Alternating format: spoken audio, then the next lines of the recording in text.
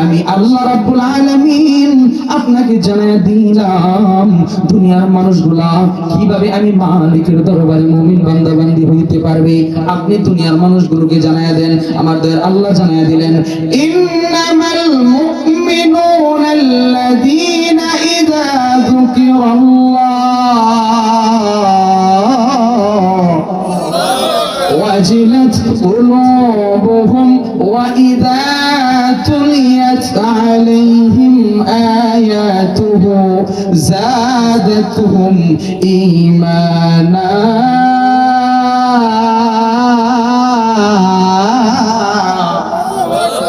আমার আল্লাহ দুনিয়ার মানুষগুলোকে জানায় দিলেন গো, এই দুনিয়ার মানুষ কিভাবে আমি মালিকের দরবারে মুমিন বান্দা বান্দি হইতে পারবা, মুমিন বান্দার গুণ কিভাবে অর্জন করতে পারবা। আমি আল্লাহ তোমাদেরকে জানায় দিলাম মুমিন বান্দার 5টা গুণের মধ্যে 1 নাম্বার গুণ, মুমিন বান্দা বান্দির সামনে যখন আল্লাহর নামের উচ্চারণ হবে অথবা মুমিন বান্দাবাদীগুলা আল্লাহর নাম উচ্চারণ করবে, আল্লাহর নামের উচ্চারণের সাথে সাথে আল্লাহর নাম উচ্চারণ করার সাথে সাথে মুমিন বান্দার কলবের ভিতরে আল্লাহর ভয় ঢুকে যাবে, অর্থাৎ অন্তরের মধ্যে কম্পন শুরু হয়ে যাবে, মানে আল্লাহর ভয় ঢুকে যাবে। এই জন্য বলি দুনিয়ার মধ্যে মুমিন বান্দা বান্দি যারা, যাদের ভিতরে আল্লাহর ভয় আছে, যাদের ভিতরে জাহান্নামের ভয় আছে, যাদের ভিতরে জান্নাতের লোভ আছে, ওই মুমিন বান্দা বান্দিগুলা কখনো আযান শোনার পর নামাজ বিহীন থাকতে পারে না। আওয়াজ দিয়া বলেন কথা ঠিক কিনা? মুয়াজ্জিন চমৎকার কণ্ঠে মসজিদের মধ্যে আযান দেয়, আযান শোনার পর একটা মুমিন বান্দা মুসলমান কখনো মসজিদের সামনে দিয়ে হাইটা হাইটা চায়ের স্টোরে যায় আড্ডা জমাইতে পারে না। বলে মুমিন মুসলমানের কাজের আগে নামাজ। কথা কোন ঠিক কিনা? আগে নামাজ তারপর কাজ। যেই বান্দা বান্দির জিন্দেগিতে নামাজ ঠিক, ওই বান্দা বান্দির তামাম জিন্দেগিতে সবকিছু ঠিক। যার জিন্দেগিতে নামাজ ঠিক নাই তার জিন্দেগিতে কোনো কিছুই ঠিক নাই। নামাজ পড়লে পরে, কোরআনের তিলাওয়াত করলে পরে অন্তরের মধ্যে শান্তি চলে আসে, পেরেশানিয়তা দূর হয়ে যায়, আল্লাহর প্রতি ভয় ঢুকে যায়, অন্তরটা উদার হয়ে যায়, অন্তরের ভিতরে মায়া জন্মে যায়, রিজিকের অভাব দূর হয়ে যায়, পেরেশানি দূর হয়ে যায়, আল্লাহকে ভালোবাসতে মন চায়। কথা বলেন ঠিক কিনা? এই জন্য আমাদের আল্লাহ ডাক দিয়ে বলে, বান্দা বান্দি রে, আমি আল্লাহ রাব্বুল আলামিন মুমিন বান্দা বান্দির 1 নাম্বার গুণ তোমাদেরকে জানায় দিলাম। 1 নাম্বার গুণ, মুমিন বান্দা বান্দিগুলা যখন আল্লাহর নাম উচ্চারণ করবে অথবা আল্লাহর নামের উচ্চারণ শুনবে, সাথে সাথেই মুমিন বান্দার কলবের মধ্যে আল্লাহর ভয় ঢুকে যাবে, কম্পন শুরু হয়ে যাবে, আল্লাহর ভয় ঢুকে যাবে। এইবার আপনারা সবাই মিলে বলেন মুমিন বান্দার 1 নাম্বার গুণ কাকে ভয় করা? সূরা বলেন কার প্রতি ভয়? এই পিছন থেকে বাজান আওয়াজ দিয়ে বলেন কার প্রতি ভয়? আল্লাহর প্রতি ভয়ের দরকার আছে না নাই? সূরা বলেন আল্লাহর প্রতি ভয় ঢুকাও গো। যদি তুমি আল্লাহর হয়ে যাও, মাল্লাহুল মাওলা ফালাহুল কুল, সেই বান্দা আল্লাহর হয়ে যায়, আমাদের আল্লাহ তামাম দুনিয়া ওই বান্দার গোলাম বানায়া দেয়। আপনি দুনিয়ার পিছনে দৌড়াইতেছেন, আহারি বান্দা, এই দুনিয়াটা, ফেরেশতা, দুনিয়া, গাছপালা, রিজিক, এই সব কিছু তো আল্লাহ মানুষের খেদমত করার জন্য বানাইছে। আর মানুষকে বানাইছে আল্লাহ আল্লাহর খেদমত করার জন্য। আল্লাহ বলেন বান্দা তুমি আমি আল্লাহর হয়ে যাও, সারা দুনিয়াটা আমি আল্লাহ তোমার গোলাম বানাই দেব। বান্দা, পর্দালের মা, যুবতী বোন, এর যুবক ভাই, বৃদ্ধ বাবাজি, যুবক ভাই, আমার আল্লাহ জানায় দিলেন মুমিন বান্দার 1 নাম্বার গুণ, মুমিন বান্দা বান্দি আল্লাহর নাম উচ্চারণ করলে আল্লাহর প্রতি ভয় ঢুকে যাবে। 2 নাম্বার গুণ, মুমিন বান্দা বান্দি গুলার 2 নাম্বার গুণ আমার আল্লাহ জানায় দিলেন, ওয়া ইযা তুলিয়াত আলাইহিম আয়াতুহু যাদাতুহুম ঈমানা।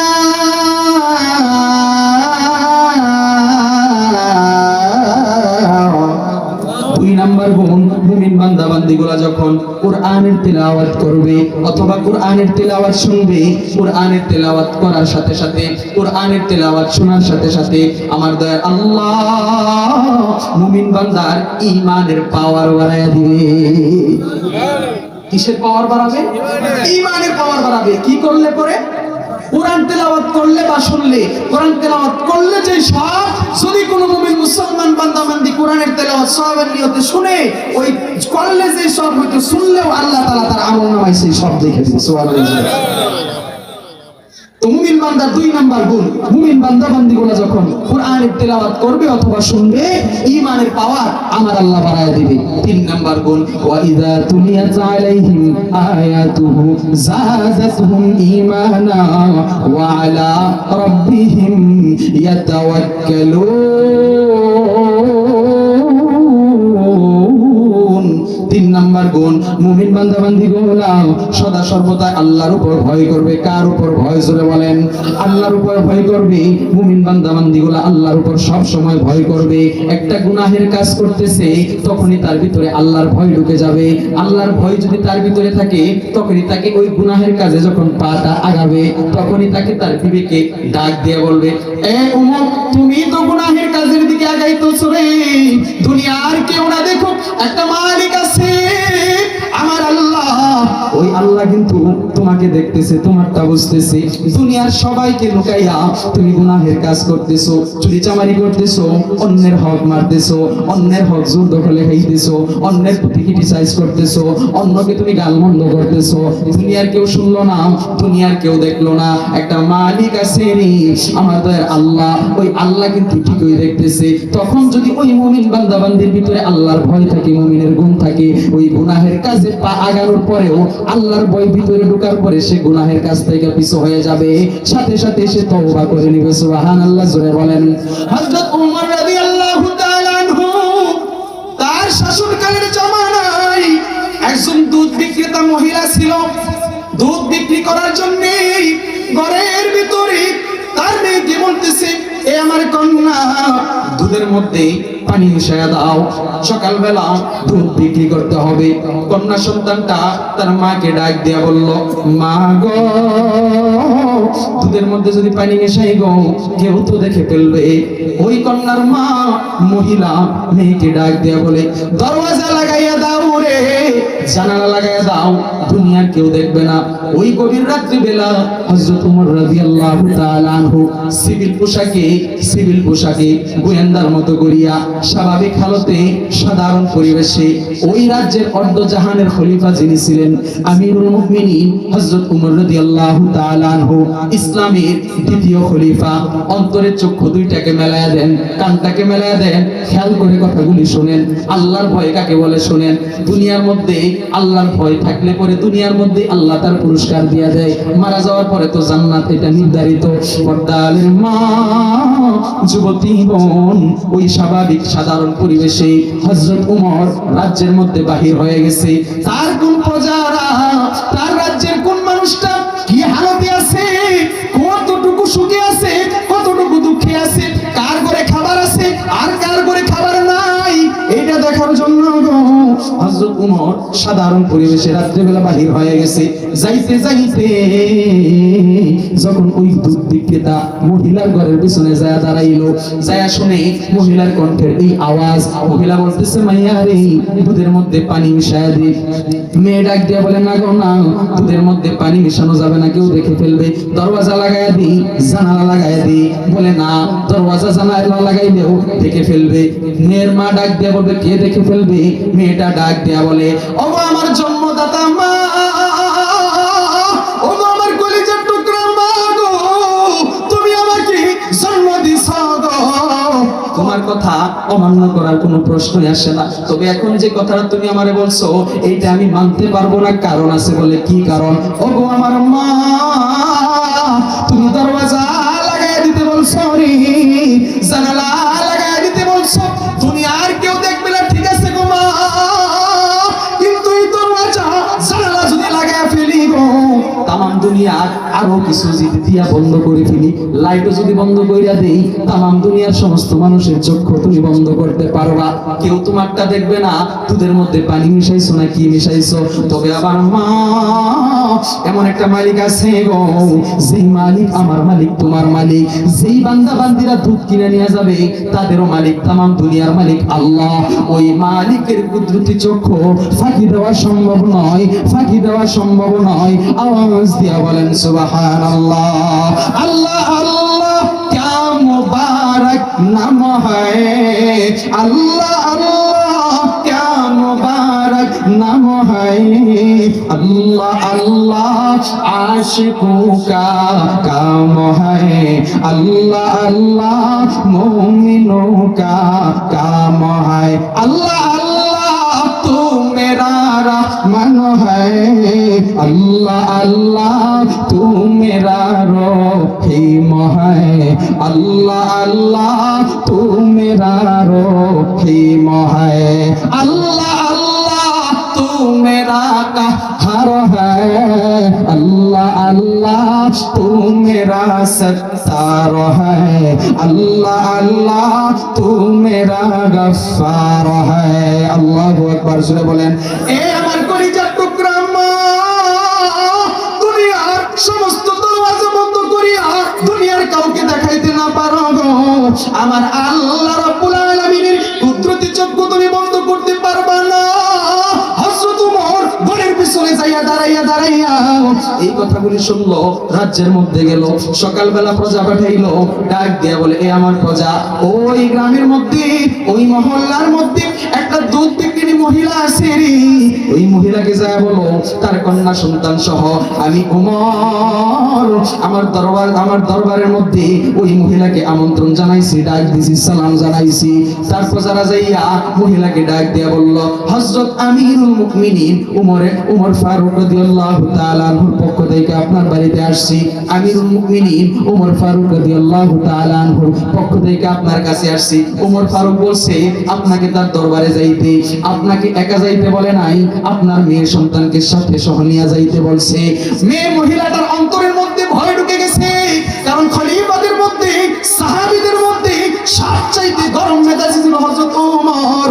যেই ওমর আমার নবীর কল্লা কাটার জন্য তলোয়ার হাতের মধ্যে নিয়ে নবীজির দরবারের দিকে যাই রে, চাকে চাতে যখন নবীজির দরবারের মধ্যে গেল, আমার দয়ার আল্লাহ রাব্বুল আলামিনের দরবারে কয়েকদিন আগে আমার দয়ার নবী দোয়া করছিল, আল্লাহ আরবের দুইটা ওমরের একটা ওমরকে তুমি ইসলামের জন্য কবুল করো। সুবহানাল্লাহ জোরে বলেন না। এই ওমর তলোয়ারি হাতের মধ্যে নিয়ে যখন নবীজির দরবারে যায়, আমার নবীর এই দোয়া আল্লাহ রাব্বুল আলামিন কবুল করে নিছে। কল্লার কাটা হয় নাই, আমার নবীর হাতে যাইয়া কালেমা পড়িয়া হযরত ওমর মুসলমান হইয়া ইসলামের কালেমার মালা গলায় পইরা নিছে। আওয়াজ দিয়া বলেন সুবহানাল্লাহ। ওই সময় হযরত ওমর তলোয়ারটা হাতের মধ্যে নিয়া ডাক দিয়া বলছিল, কাফের মুনাফিকের দলেরা, এ মদিনার আরবের কাফের দলেরা, আগে আমি উমরের এক রূপ দেখছিলাম, আজকে আমি আর আগের উমর নাই, এখন আমি মুসলমান হয়ে গেছি, কালেমার মালা আমার গলায় পড়ে নিছি রে। আজকের পর যদি এই আরবের জমিনে, মদিনার জমিনে, মক্কার জমিনে, আরবের ভূমিতে আমার নবীর বিরুদ্ধে একটা কথা চলে, কালেমার বিরুদ্ধে একটা কথা চলে, একটা কাফের মুশরিকের দলেরাও আমি উমরের তলোয়ারের হাত থেকে বাঁচতে পারবা না, রেহাই পাইবা না। যখন আমার নবী 3 দিন নাই, তখন মসজিদে নববীর সামনে দাঁড়াইয়া তরবারিটা হাতের উপরে নিয়ে আমার নবীর সাহাবী ওমর ফারুক ডাক দিয়া বলছিল, এ আরবের মুনাফিকেরা, অল্পক্ষণের মধ্যে যদি আমার নবীর খবর না পাই রে, একটা কাফের মুনাফিকের দলেরাও আমি উমরের তরবারি থেকে রেহাই পাইবা না। এই উমর সেই উমর, যেই উমরের সামনে কোনো বেদাতি কর্মকাণ্ড চলতো না, যেই উমরের সামনে শুধু কোনো বেইনসাফি চলতো না, যেই উমরের সামনে কোনো বেয়াদবি চলতো না। ওই মহিলা ভয় পেয়ে গেছে, না জানি কোন অপরাধ করে ফেলছি, হযরত ওমর আমাকে তার দরবারে ডাক দিল রে, না জানি কোন বিচারের সম্মুখীন হইতে হয়। ওই মহিলাটা তার কন্যা সন্তানটাকে সাথে নিয়ে হযরত ওমরের দরবারের মধ্যে হাজির হয়ে গেছে। হযরত ওমরকে সালাম দিল, আসসালামু আলাইকুম আমিরুল মুমিনিন ওমর ফারুক, আমরা আসছি, আপনি আমাদেরকে ডাক দিয়েছেন, কি ভুল করলাম গো? যদি কোনো ভুল করে থাকি বলেন, মাফ করে দেন। আপনার বিষয় তো আমরা জানি, আপনার বিষয় তো কাকা উপরে এসো,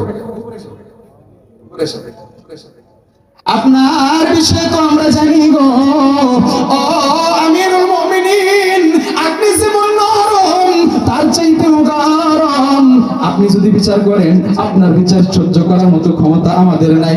ওগো আমিরুল মুমিনিন, না জানি আমি কোন ভুল করে ফেলছি গো, আপনি আমাকে মাফ করে দেন। কোন ভুল করে থাকলে আপনি আমাকে বলেন। আমিরুল মুমিনিন ডাক দিয়ে বলেন, এ দুধ বিক্রি মহিলা, আজকে আমার দরবারে তোমাকে আর তোমার মেয়েকে বিচার করার জন্য ডাকি নাই। তাহলে ওমর ফারুক, আপনি আমাকে কিসের জন্য ডাকছেন? আমি ওমর তোমাকে ডাকছি আর তোমার মেয়েকে ডাকছি তোমার কাছে একটা প্রস্তাব দেওয়ার জন্য। সুবহানাল্লাহ।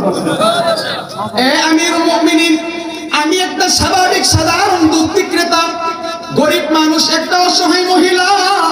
আমি মহিলার কাছে আপনি কি আবদার করবেন গো? কি প্রস্তাব রাখবেন? ওমর ফারুক রাদিয়াল্লাহু তাআলা আনহু ডাক দিয়া বলে, এ মহিলা, গত রাত্রে বেলা কিন্তু যা কথা বলছো আমি ওমর কিন্তু তোমার ঘরের পিছনেই ছিলাম। সুবহানাল্লাহ। এ মহিলা আরো ভয় পেয়ে গেছে। আমি তো বলছিলাম দুধের মধ্যে পানি মিশিয়ে দেওয়ার জন্য। না জানি ওমর আমাকে কোন বিচারের সম্মুখীন করতে করে, কোন বিচার জানি আমার পোহাতে হয়। ওমর ফারুক রাদিয়াল্লাহু তাআলা আনহু মহিলাকে ডাক দিয়া বলে, এ মহিলা, আমি তোমাকে তোমার ঘরের পিছনে যাইয়া তোমরা মা মেয়ের সমস্ত আলোচনায় আমি শুনছি। এবার শোনো আমি তোমাকে কি বলি, কি প্রস্তাবের জন্য তোমাকে ডাকছি। বলে কি প্রস্তাব আমিরুল মুমিনিন? বলে তোমার একটা মেয়ে আছে। বলে হ্যাঁ আছে। বলে কেমন? ও দেখতে লাগে না বালা? রঙে কেমন? ওই রঙে হইল কালা। আমরা মানুষটা গরিব, তেমন না ভালা। হযরত ওমর ফারুক রাদিয়াল্লাহু তাআলা আনহু বলে, সুন্দর আর কালার দরকার নাই, রং ফর্সার দরকার নাই, কালা সুন্দরের দরকার নাই রে। আমি ওমর তোমার কাছে একটা প্রস্তাব দিব। তোমার এই কন্যা সন্তানটাকে, আমি ওমরের একটা ছেলে সন্তান আছে, আমার ছেলে সন্তানটাকে দিয়া তোমার কন্যা সন্তানটাকে বিয়া করায় নিতাম চাই। রাজি আছো নাকি তুমি আমাকে বলো? আওয়াজ দিয়া বলেন সুবহানাল্লাহ। এতে বিপরীত হয়ে গেল না বাজার? ভুল করছে, দুধের মধ্যে পানি মিশাইতে বলছে। মা মেয়ে নেতক্য। ওমর ফারুক ডাকছে, ডাক দিয়ে বলতেছে তোমার মেয়েরে আমার ছেলেরে দিয়ে বিয়া করে দিতে চাই। কারণটা কি? মহিলা ডাক দিয়ে বলে, আমিরুল মুমিনিন, আমি সাধারণ পরিবারের একটা মানুষ, গরিব মানুষ, অসহায়। আমার মেয়েকে আপনি অর্ধ জাহানের খলিফা, আপনার ছেলেকে দিয়ে আমার মেয়েকে বিয়া করে নেবেন? আমি তো কিছু বুঝলাম না আমিরুল মুমিনিন, একটু বুঝায়া বলেন। হযরত ওমর ফারুক রাদিয়াল্লাহু তাআলা আনহু ডাক দিয়ে বলে, ও মহিলা, গত রাত্রি আমি যখন তোমার ঘরের পিছনের মধ্যে গেলাম, ঘরের পিছনে যায় দাঁড়াইলাম, ওই মুহূর্তে তুমি তোমার মেয়েকে বললা, এ আমার কন্যা, তুমি দুধের মধ্যে পানি মিশায়া দাও। তোমার মেয়ে কি বলছিল? পানি কি মিশাইছিল নাকি? বলে না। তারপর তুমি কি বলছিলা? দরওয়াজা জানালা বাতি বন্ধ কইরা দিতে বলছিলাম। তারপর কি বলছিল? বলে না, বন্ধ করলেও দেখবে। বলে কে দেখবে? বলে আমার কন্যা সন্তানটা। তখন আমি মাকে জবাব দিছিল, ও মা, দুনিয়ার দরওয়াজা জানালা বাতি সব বন্ধ কইরা দিতে পারি, কিন্তু আমার দয়া আল্লাহর কুদরতি চক্ষু দুইটা বন্ধ করা সম্ভব নয়। এ মহিলা, আমি তখনই বুঝা গেছি তোমার এই মেয়ের মধ্যে, তোমার এই মেয়ের অন্তরের মধ্যে আল্লাহ পাকের ভয় আছে রে। যার মধ্যে আল্লাহর ভয় আছে, নিঃসন্দেহে সে দুনিয়ার মধ্যে আল্লাহর মুমিন বান্দা বান্দি, নিঃসন্দেহে সে দুনিয়াতে জান্নাতি বান্দা বান্দি রে। সুতরাং আমি ওমরের চোখে দেখা, কানে শোনা এই জান্নাতি মহিলাকে রেখে আর কোথাও যাইতে চাই না। এই জন্য আমি ওমর এই জান্নাতি মেয়েটাকে, তোমার মেয়েটাকে আমার ছেলেকে দিয়া বিয়া করায় নিতে চাই। আওয়াজ দিয়া বলেন সুবহানাল্লাহ। এই জন্য বলি যুবক ভাই, পর্দারের মা, যুবতী বোন, আল্লাহর প্রতি যদি ভয় থাকে, মুমিন বান্দার গুণ অর্জন করতে পারবা গো। আল্লাহর প্রতি যদি ভয় থাকে, মুমিন বান্দার গুণ তুমি অর্জন করতে পারবা। দুনিয়াতে আমার দয়ার আল্লাহ জান্নাতে কিছু পুরস্কার তোমাকে দিয়া দিবে। বলে মুমিন বান্দা বান্দিগুলা আর জান্নাতের মধ্যে পার্থক্য কতটুকু, ব্যবধান কতটুকু? বলে মুমিন বান্দা বান্দি মারা যাইতে দেরি, আমার দয়ার আল্লাহ মুমিন বান্দাকে জান্নাত দিতে দেরি হবে না। আওয়াজ দিয়া বলেন সুবহানাল্লাহ।